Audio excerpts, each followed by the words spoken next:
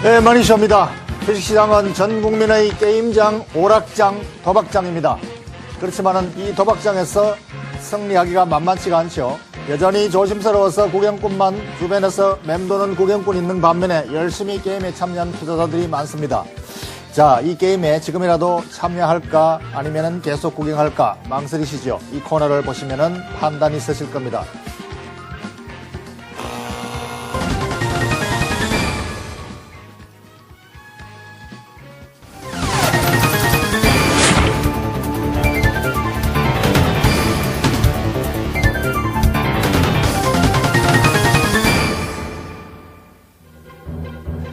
주식시장의 고속질주. 베트남에 가니까 자동차 몰면서 그냥 안 가고 이렇게 크락션을 울리면서 가더군요. 고속질주. 신나게 달리니까 기분이 좋아서 그냥 안 가고 그냥 쭉 흔들려서 이렇게 갑니다. 우리나라도 바로 70년대, 60년대, 70년대 차량 수가 많지 않을 때는 그렇게 신나게 도로를 질주했습니다. 브레이크 없는 자동차주의 질주, 그리고 부품주의 질주, 화학주, 조선주, 금속주. 질주가 브레이크를 못 밟고 지금 브레이크를 밟아도 밟히지가 않습니다. 끝없이 가는데 오늘 조금 밟히나요? 브레이크가 밟힐까요? 그래서 지금 현재 이 브레이크 없는 고속 질주는 무엇보다도 기업 실적, 그것이 바로 엔진입니다. 엔진. 이 엔진의 과열이 조금 있긴 하지만 이 과열이 엔진이 폭발할 만큼 아직 과열은 아니니까 어쨌든 과열이지만 고속 질주를 지속한다. 그 과열에다가 플러스 약달러 악셀레이터까지 밟아 제끼니까 고속 질주를 할 수밖에 없는 거죠. 그래서 이것은 고속 질주는 분명한 것이고 과속은 분명한데 아직까지 자동차가 옆길로 추락하거나 또는 폭발할 만큼 그런 과속은 아니다. 그래서 이 과속이 얼마나 더 지속될 것인가. 이것은 결국은 브레이크가 밟히지 않을 만큼 과속이지만 결국은 이 과속은 언제 스탑하느냐. 밸류에이션의 문제입니다. 그래서 이 밸류에이션 오버 지나친 과속이다. 고속도로에서 100km 이상은 과속이면 분명하지만은 교통경찰이 단속하는 건 한 120km가 넘어가야 단속을 시작합니다. 그러니까 지금 제한속도 100km는 넘은 것은 분명한데 120km, 130km까지는 가지 않았다. 그래서 참 애매한 상황입니다. 그래서 아직까지 단속할 수준까지는 안 왔기 때문에 밸류에이션을 따져서 기술적으로 과열 여부, 조정의 여부를 판단하는 것이 지금 현재 장세 판단의 한계입니다. 그 정도까지만 우리가 판단해 보기로 하죠.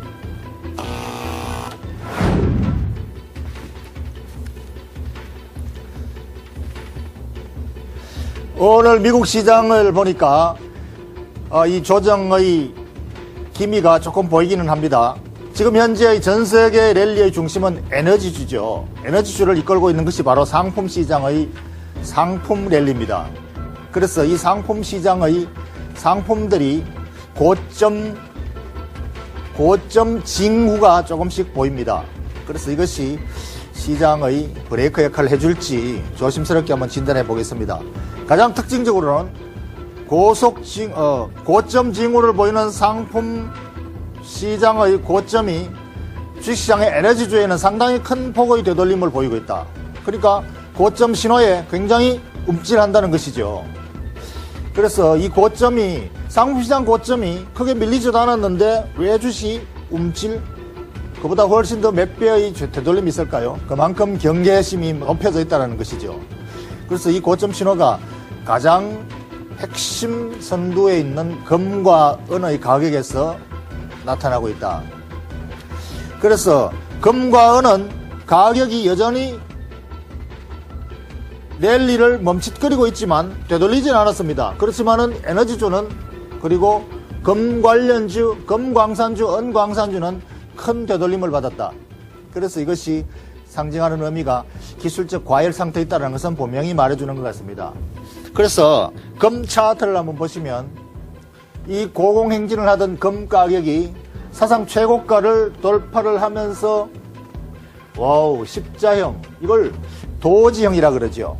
이 십자형이 나오면은 일봉상의 십자형이라면 단기 기술적 과열 국면이다. 그래서 변곡점의 신호로 해석을 합니다. 그러니까 단기적으로 변곡점일 수가 있다. 매우 뚜렷한. 이때도 이런 모습을 나타냈죠. 조정이 있을 때.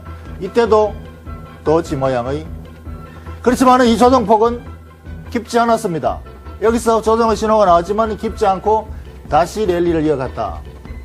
결국은 뭐냐면은 그만큼 실질적으로 이 금에 대한 수요가 왕성하기 때문에 과열의 신호에 대해서 다소간의 조정은 하지만 그렇게 강하게 조정을 하지 않는다라고 볼 수 있죠. 그렇다면은 지금도 실질적인 금에 대한 수요가 특별한 변화가 없다면, 펀더멘탈상으로 변화 요인이 없다면 지난번 2월달, 3월달과 똑같이 해석을 해야 되겠죠.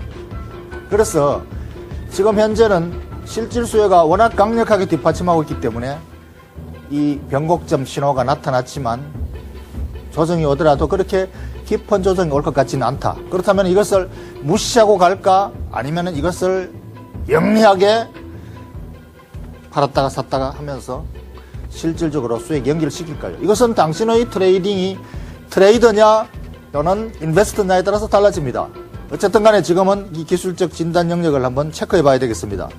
그리고 또 하나, 지금은 금보다 은이 훨씬 더 수요가 모멘텀이 실적 모멘텀이 훨씬 더 강합니다. 이 은은 이게 은인가요? 금보다도 훨씬 더 가파른 고공행진을 하고 있습니다. 그래서 이것도 이것은 십자 모양이 훨씬 더 강하게 나타났지요. 강한 푸시에다가 다시 풀백. 여기서 이 십자형은 상당한 매도 압력을 받는다는 것이죠. 차익 실현의 압박을 받고 매수세도 굉장히 강하다. 여기서 힘겨루기가 굉장히 강하게 나타났다는 것이죠. 이것이 역시 도지형으로 고점에 대한 이러한 고점에서 수급이 팽팽하게 맞서는 이러한 도지형들이 나오는 것은 단기 조정 신호로 봅니다만은 역시 조정의 폭이 매우 약하게 넘어갔었죠. 그러니까 이 조정이 지금 워낙 수요가 강해요. 은에 대한 수요가 워낙 강하기 때문에 기술적 과열 신호가 나더라도 쉽게 조정을 하지 않는다. 그래서 이것이 현재의 금과 은에 대한 또는 다른 커머디티, 다른 상품에 대한 원자재에 대한 수요를 대변하고 있다. 이렇게 말해야 되겠습니다. 그래서 이것 두 가지만 봐도 전체 상품 시장의 동향을 체크할 수가 있습니다.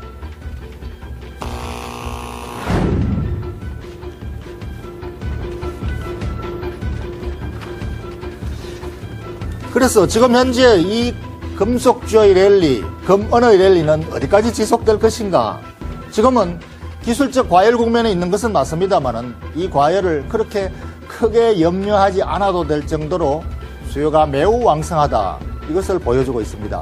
그래서 지금은 과열 신호와 함께 수요가 매우 광범위하고 강하게 일어나고 있다는 힘을 같이 보여주기 때문에 판단하기가 만만치가 않습니다. 그래서 지금 현재 금에 대한 수요보다 은에 대한 수요가 훨씬 더 강하게 일고 있다. 이것은 그만큼 산업에 대한 수요가 강하다는 것을 말해줍니다. 만약에 이것이 단순히 금 자체에 대한 해치 수요나 투기 수요만이 강화돼서 나타난다면 은에 대한 수요는 약화되겠죠. 그러나 지금은 금보다 은이 훨씬 더 강하게 피크를 치고 있습니다. 이것은 바로 실질적으로 산업의 재료로 쓰이는 이 은의 수요, 실질 수요가 그만큼 강하다는 것을 의미하는 것이죠. 그렇다면 이 경기는 그야말로 실적 랠리에 같이 동반되어 있다. 그래서 좀처럼 섣부른 조정의 판단을 하기 어려울 정도로 왕성하다. 그럼 도대체 은이 어디까지 갈 것인가? 은의 행보는 금과 은의 비율로서 과거에 비교 잣대로서 GSR, 골드 실버 레이시오로 골드 실버 레이시오. 영어 발음이 잘 안 됐어요. 이 실버 레이스로 보면은 항상 동조하지만 앞서거니 뒤서거니 동반하지만 최근에는 금을 훨씬 더 오버슈팅하는 것이 은이죠. 그래서 과거에도 이러한 오버슈팅이 들어있었다. 이때도 잠깐 오버슈팅 했었지만 그 이전에는 훨씬 더 오버슈팅한 적이 많았습니다. 그만큼 은에 대한 실질 수요가 굉장히 강하게 일어났을 때는 은이 금을 뚫고 오버슈팅을 했다. 그런데 금과 은의 레이시오, 이 비율은 GSR 레이시오는 항상 100과 50 사이에서 금 나누기 은, 이것이 100과 50 사이에서 움직인 것이 과거의 장기적인 트렌드입니다. 그러나 어떤 때는 버블, 그러니까 시장에 대한 위험 요인이 굉장히 강할 때는 금의 수요가 굉장히 투기 수요가 몰려서 100이 넘어가는, 금과 은의 비율이 100이 넘어가는 시기가 많았었고, 실질 산업 수요가 굉장히 강하게 일었을 때는 은의 수요가 은 가격이 급등해서 금과 은의 레이시오가 50 아래로 떨어진 것이죠. 그런 경우가 보통 극단적인 비정상적인 상황이었습니다. 지금도 은의 수요가 지나치게 산업가 강화된 좀 비정상적인 상황이라고 하겠습니다. 그래서 지금은 GSR이 30배 내지 36배에서 30배까지 거의 30배, 지금 최고점으로 치면 30배까지 떨어졌습니다. 이 30이라는 것은 그야말로 거의 극단치에 가까운 것인데, 자, 이것이 그러면 최고치냐? 그렇지 않습니다. 과거 이 GSR 레이시오가 최고치를 치를 때가 16배까지 갔습니다. 그렇다면 지금보다 은 가격이 금 가격에 비해서 2배나 더 올라갈 수 있다는 계산이 나오죠. 과거 최고치에 비교하자면. 지금 현재 실물 수요가 그만큼 강한지 안 강한지는 꼭 그때와 정확한 비교는 안 되겠지만은 과거의 흐름은 비슷하게 반복한다는 측면에서 그 정도까지 우리가 윗방향을 열어둘 수가 있다는 것이죠. 그래서 지금의 은에 대한 실질 산업 수요는 굉장히 강하다. 그리고 아직까지 덜 왔다는 것을 말해주고 있습니다. GSR 레이시오가 32인데 16까지 떨어지려면 아직 은이 2배로 더 올라갈 여력이 있다. 이렇게 해서 지금 금과 은의 실질 수요를 측정할 수 있습니다.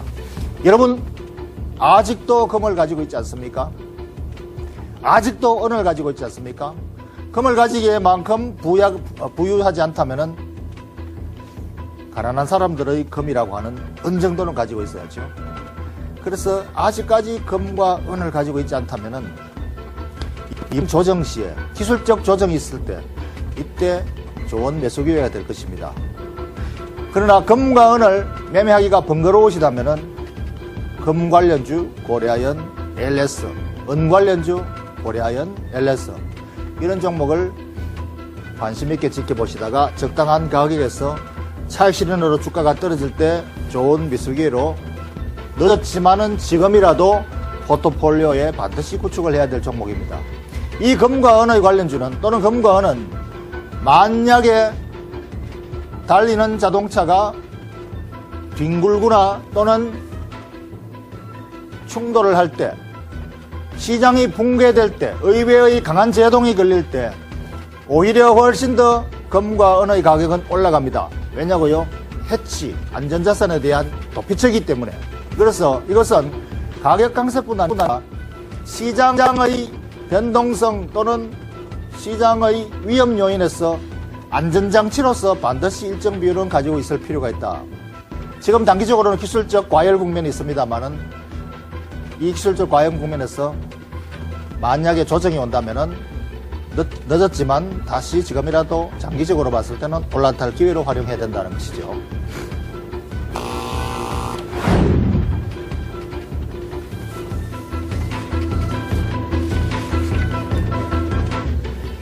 자, 포인트 정리하겠습니다. 주식시장에 참여할 것인가 아닐 것인가 고민이 되지만 참여했으신 분들 과연 내 포트폴리오가 지금 이 고공행진에서 안전한가 아닌가에 염려가 많이 되실 겁니다. 여러분의 포트폴리오는 균형된 포트폴리오를 유지하십시오. 그 균형된 포트폴리오에는 금과 은의 일정 비율 포지션 편입이 필요합니다. 만약에 금과 은이 없다면은 고려아연 LS와 같은 금, 은 관련주도 괜찮습니다. 시장이 만약의 사태에 대비해서 돌변할 때 그때에 대한 안정장치, 그때에 대한 브레이크 제동장치가 바로 금과 은입니다.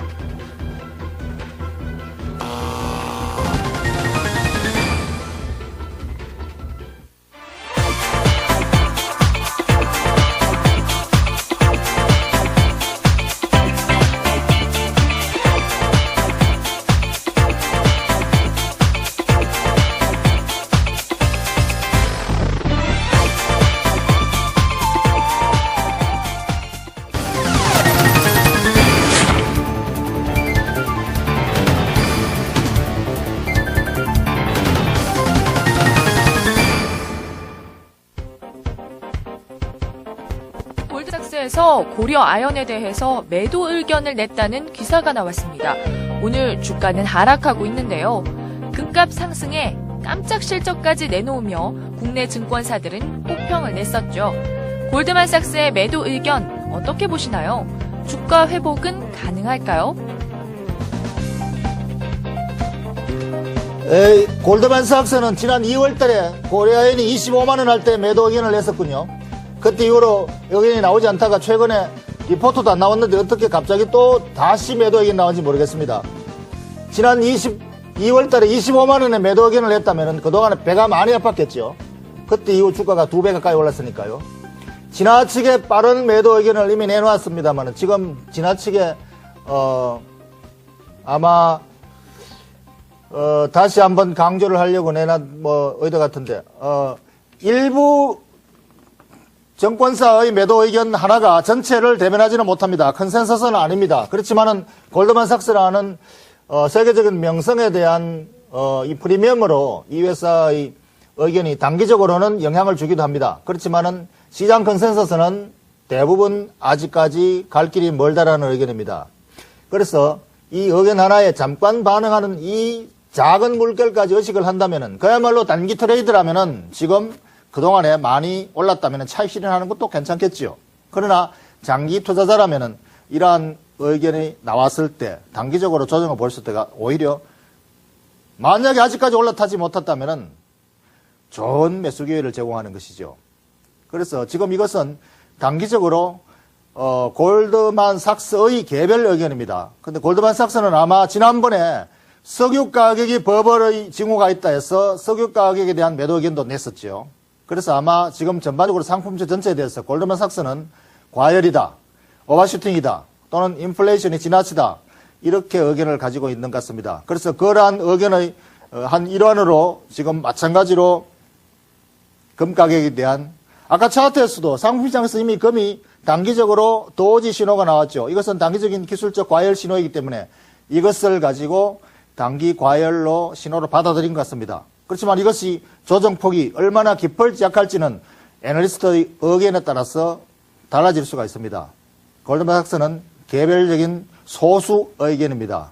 그래서 이것이 굉장히 의식이 된다면은 일부 차익 실현하는 것도 괜찮습니다. 만약 장기 투자자 아직까지 고려아연을 편입하지 않은 투자자라면은 좋은 매수 기회일 수가 있습니다.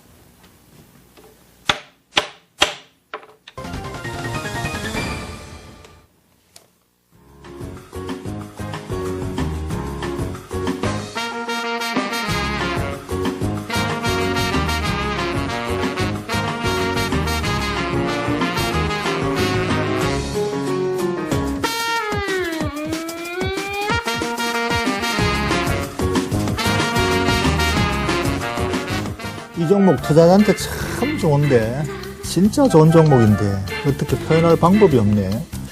이 종목 머니쇼에서 가르쳐드리겠습니다. 냉철한 분석과 확실한 판단으로 무장한 개미의 동반자 박준호. 주식시장은 장기적인 관점에서 봐야 됩니다.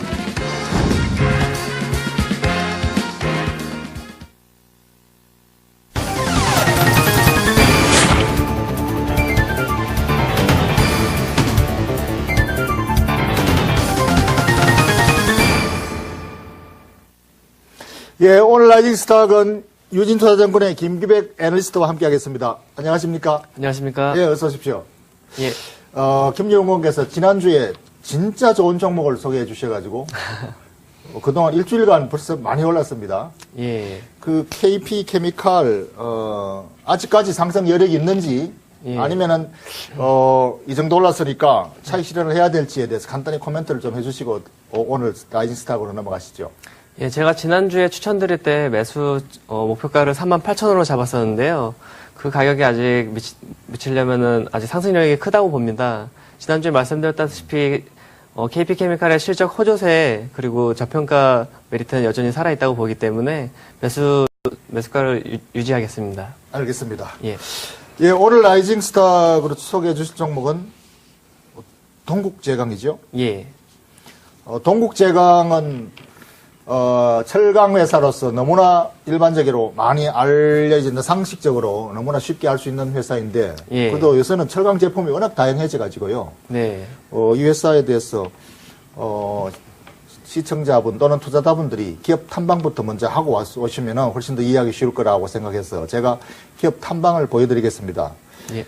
실질적으로 철강회사를 기업 탐방 가시려면 며칠 가도 모자랄 정도로 공장이 규모가 크고 또 거리도 멀리 있고 꿀뚝에 오염도 많고 들어가면은 고로에 그 열기도 많고 해서 굉장히 힘드신데 요즘은 온라인으로 네이버닷컴에 들어가셔가지고 동국제강을 치시면은 이렇게 홈페이지로 들어가서 바로 회사로 진입할 수 있습니다. 여기 동국제강 보면 소개를부터 쭉 보시고 그 다음에 제품과 기술, 제품 보는 것이 제일 좋겠죠. 제품 소개. 그래서 이것이 주로 바로 나오는 것이 후판입니다. 스틸 플레이트. 후판하는 것이 바로 영어로 표시하니까 이게 금방 이해가 되네요. 스틸 플레이트. 철강판, 강판이다 이거죠. 근데 왜 이걸 후판이라 그런지 모르겠습니다. 철판 하면은 너무 좀 원한 용어가 돼서 어렵게 표시를 하려고 후판 이렇게 해야 좀 어려워 보이죠. 그래서 이 철판인데 이 철판이 주로 조선 배 만드는 데 쓰이는 것이죠. 그러니까 조선 회사에 납품하는 철판 회사로서 가장 비중이 크고 특징이 강하다.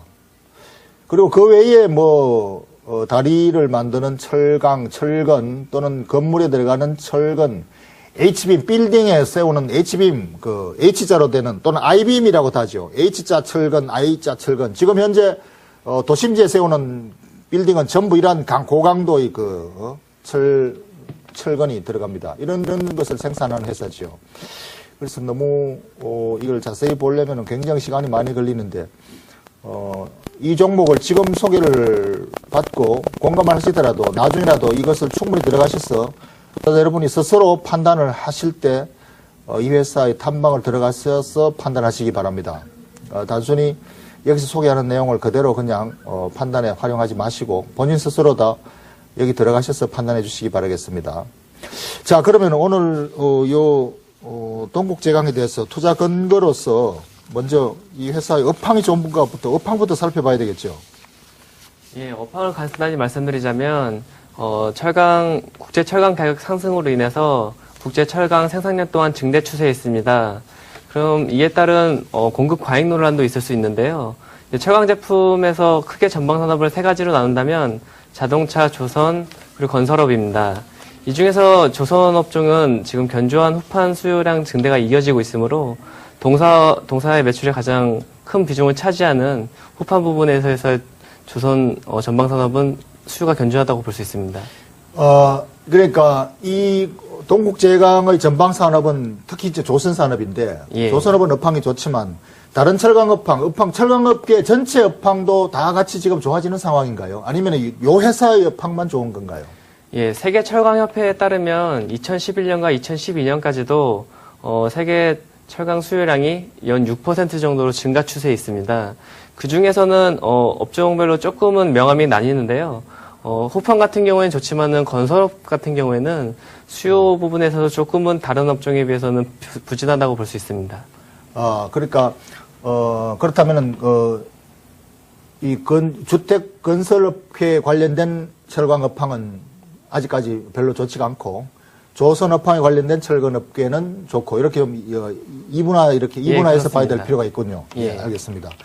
그다음 이 회사의 그러면은 다른 철강 회사와의 상대적인 경쟁력 어떤 점에서 이 회사를 우리가 투자 포인트를 잡아야 될까요? 예, 동사의 경쟁력을 꼽자면 먼저 후판 부분에서의 경쟁력을 가지고 있습니다. 이 회사는 아까도 말씀드렸다시피 매출 비중의 60%를 후판 부분에서 차지를 하고 있는데요. 최근 후판 부분 철강 가격 상승과 조선사들의 선박 건조량의 점진적 증대로 인해서 수혜가 뚜렷해질 전망입니다. 게다가 최근에 일본 대지진으로 인해서 일부 후판 수요 업체들이 일본으로부터 가져오는 그 후판 받아들임에 있어서 그게 원활하지 않기 때문에 국내 후판 업체들이 수혜를 볼 수 있는 구조이고요. 또한 동국제강 같은 경우에는 브라질 브라질의 그 일관 제철소를 건설할 계획인데요. 그 내용을 간략히 말씀드리면 세계 최대 철광석 업체인 발레와 국내 최대 철강사인 포스코 그리고 이 동국제강 세 회사가 합쳐서 연간 300만 톤 규모의 철강 그 일관 제철소를 세우는 것입니다. 따라서 이로부터 이것이 만약 완공이 된다면 2014년 말 혹은 2015년부터 후판의 원재료가 되는 슬라브를 직접 생산해서 원가 경쟁력 부분에서 우월해질 전망입니다. 그러니까 앞으로 갈수록 생산 원가가 더 낮아지고 그렇습니다. 마진이 커진다. 네. 이렇게 이것이 지금 다른 철판 회사와 이 회사가 상대적으로 더 강점을 가지고 있는 부분이라는 것이죠. 네, 맞습니다. 그렇다면 이 회사의 지금 현재 업황에 따른 실적, 원래 실적, 또 거기에 관련한 기업 가치, 이게 지금 어느 정도로 저평가 되어 있으며 목표 가격을 얼마 정도 잡으실 수 있는지요? 예, 아까도 말씀드렸다시피 일단 후판 시장이 굉장히 견조하기 때문에 그에 따른 동국제강의 1분기 영업이익은 800억 후반대, 2분기는 1,300원 원대까지 지금 추정이 되고 있습니다. 이것은 아까도 말씀드렸다시피 후판 가격이 상승하고 또한 이제 수요가 굉장히 안정적이고 그렇기 때문에 이제 실적이 잘 나온다고 예상을 하고 있는 것이고요. 또한 이제 다른 강점으로는 지금 모든 철강사에 공통적으로 적용되는 부분이지만 환율이 하락함으로써 철강사들이 수혜를 입을 수 있는데요. 동국제강 또한 환율 하락에 대한 최대 수혜주라고 생각합니다. 왜냐하면 동사가 환율 하락에 대해서는 수혜주지만 원가가 굉장히 커지고 철건 그러니까 원재료를 쓰는 철강석 또 그것을 녹이는 데 들어가는 뭐 석탄이라든가 이런 그 원가가 굉장히 더 커지는데 네. 그거가 원가 가중되는 비중하고 그것을 어느 정도 완화시키는 원화강세 수혜주 그걸 갖다가 원화강세 수혜주라고 해서 쉽게 치부할 수 있을까요? 일단은 원화 강세가 되면서 환율이 하락하게 되면은 이제 이 동사 같은 경우는 원재료의 80%를 해외에서 수입을 해옵니다. 그러니까 원재료 가격이 이제 원화 강세로 해서 조금 완화되는 효과는 있겠지만 예, 싸게 들어오는 거죠. 원재료 값이 워낙 비싸니까 그 마진을 줄이는 원재료 가격의 부담에 대해서는 상당히 미미하지 않을까 해서. 예, 그 부분에 대해서 이제 제품 정가력을 얼마나 가질 수 있느냐가 부분이 중요한데요. 최근 이제 포스코가 전 철강 제품에 대해서 톤당 16만 원씩을 인상하기로 했습니다. 따라서 동국제강과 현대제철 기타 철강사들이 뒤따라서 제품 가격을 상승시킬 것이기 때문에 그 최근에 뭐 철강석이나 유연탄 등의 원재료 상승분은 철강 제품 충분히 전가시킬 수 있는 수준이라고 생각이 됩니다. 예. 그러면 목표가 적정 가치를 어느 정도로 보고 계십니까? 예. 2분기 실적 호주에 따라서 지금 2011년 동국제강의 연간 예상 EPS는 5,000원 수준인데요. 저는 멀티플 10.5배를 적용해서 55,000원을 잡고 싶습니다. 이는 코스피 평균 멀티플인 9.5배에서 10배를 조금은 상회하는 수준이지만 이 회사가 가진 원가 경쟁력 그리고 후판 전방 산업이 후판의 견조한 수요에 따라서 이 정도 프리미엄은 오히려 보수적인 관점이 아닌가 싶을 정도로 가격 메리트가 있다고 생각합니다. 예, 알겠습니다. 그러면 리스크 요인을 한번 진단해 보겠습니다. 지금 이 회사의 리스크 요인이라면은 이제 전방 산업이 얼마나 호황이냐에 따라서 거기에 네. 이제 제품 가격을 전가를 어떻게 쉽게 시킬 수 있느냐 또는 판매량이 늘어나느냐가 결정되는 거 아니겠습니까? 예. 그래서 이 회사의 전방 산업인 조선산업 업황이 계속 좋다라는 고고라는 근거 제약 조건 하에서만이 유효한 것인데 만약에 조선 업황이 꺾인다면은 이것도 역시 전망을 바꿔야 되겠죠. 네. 그래서 작년 같은 경우도 실제로 이제 2010년에도 똑같은 논란이 있었습니다. 조선사업이 계속 견조하게 수요를 이끌 것이냐에 대해서 논란이 있었지만 실제로 2010년에도 철강 특히 후판 부분에서의 어떤 공급량이 늘어났음에도 불구하고 수요가 견조하게 따라갔고 그로 인해서 후판 업체들이 수혜를 입었습니다. 2011년도에도 마찬가지라고 생각합니다. 지금 최근 조선사들이 뭐 LNG 서진이 고부가치선뿐만 아니라 현대미포조선과 같은 회사는 중저가 조선 선박에서도 중국과의 경쟁력을 갖추고 있고 또한 최대 경쟁사라고 할 수 있는 이제 중국 조선 시장에서는 조선사들의 구조조정이 예상이 될 것으로 지금 판단되고 있기 때문에 후판에 대한 어떤 수요에 대한 전망은 견조할 것으로 생각하고 있습니다. 예. 후판이 이 회사만 지금 하는 건 아니고, 네. 지금 포스코, 현대제철, 동제강 3사가 합니다. 다 조금씩 다 가지고 있죠. 예. 이 회사가 비중이 가장 크다는 예. 것인데, 그 때문에 공급 과잉 논란도 좀 있던데 그 부분은 어떻습니까? 예, 아까도 말씀드렸다시피 공급과잉 논란이 2010년에도 있었습니다.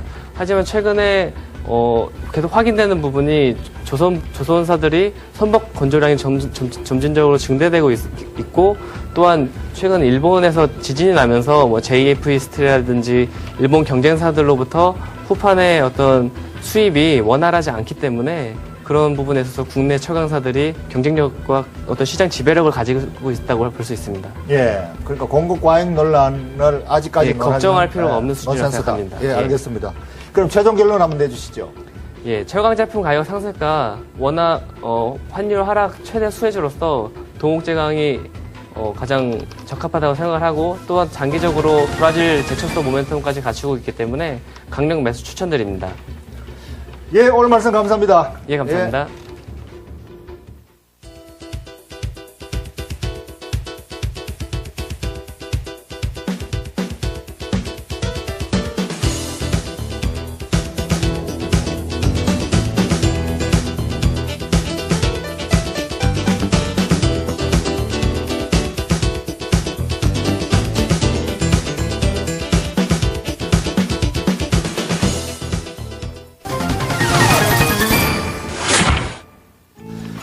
예, 마지막으로 스토리 포인트 다시 한번 정리하겠습니다. 주식시장의 고속질주, 제동이 걸릴까요? 제동이 만약 걸리더라도 기술적인 단기적인 제동일 것이고, 기본적으로는 아직까지 갈 길이 멀어 보입니다. 그렇지만은 단기적인 과열 여전히 조심스럽습니다.